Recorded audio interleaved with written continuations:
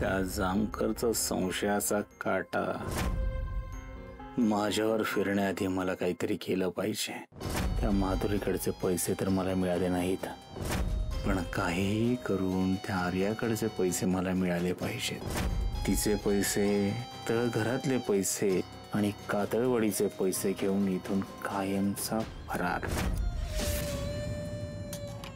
पण आर्याकडचे पैसे कसे गायब करू? तिथेही तो जामकर नावाचा काटा आहेच। हा सुधाकर इथे काय करतोय? पाक्या मामा चल, जामकर साहेबांनी तुला चौकशीसाठी बोलवलंय।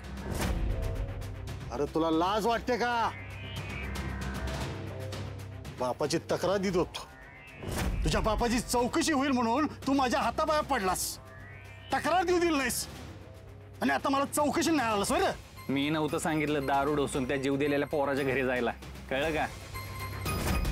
ते असले कांड करायचे मग चौकशीसाठी बोलवणारच ना, आणि तुला एकट्याला नाही बोलवलं, मामी आणि त्या जित्याला पण बोलवलंय।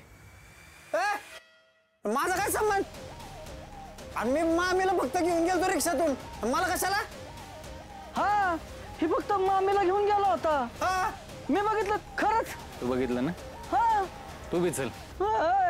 मी कुठं काय केलं? अरे मी तर नव्हतो मी इथं।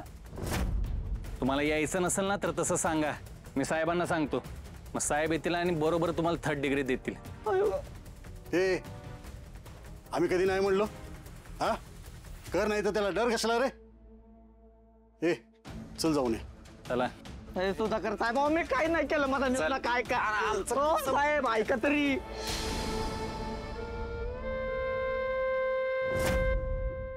ए पाक्या मामा काय झालं? अरे काय का केलंस तू असं? अरे बोल। अरे मामा सोड। अरे बोल म्हणतो ना मामा, बोल मला। हे ह्याला मग ये चौकशीला, हे पण होता त्या व्हिडिओग्राफरच्या घरात। अरे मामा काय बोलतोयस तू? दारूच्या नशेत काय बी भरायला लागलायस? कुठला राग कुठं बी काढतोयस? ह्यो पण होता त्या व्हिडिओग्राफरच्या घरात। हे मामा तुम्हाला नाही सांगायचं मी काय करायचं आणि काय नाही ते, कळलं का? शांत राहा जरा। हे तू काल त्या व्हिडिओग्राफरच्या घरी गेला होता का? ऐका दादा काय बोलतोयस? मी कशाला जाईन? माझं काय काम आहे तिकडं? तुला माहिती नाही हो मामा कसा आहे, आपल्या घरदारावर डोक धरून बसलाय। ह्याला माझ्यावर राग आहे, आपणवर राग आहे, त्याच्यामुळे काही बरळतोय हो, त्याच्यामुळेच मी तिकडे असल्याचा भास झाला असणार आहे त्याला। आता जर का आप्पा आले का नाही इथं तर असं म्हणून ह्यो आप्पा बी होते तिकडं। हे सोड, ए तुझा बाप नव्हता, तूच होतास तिथं।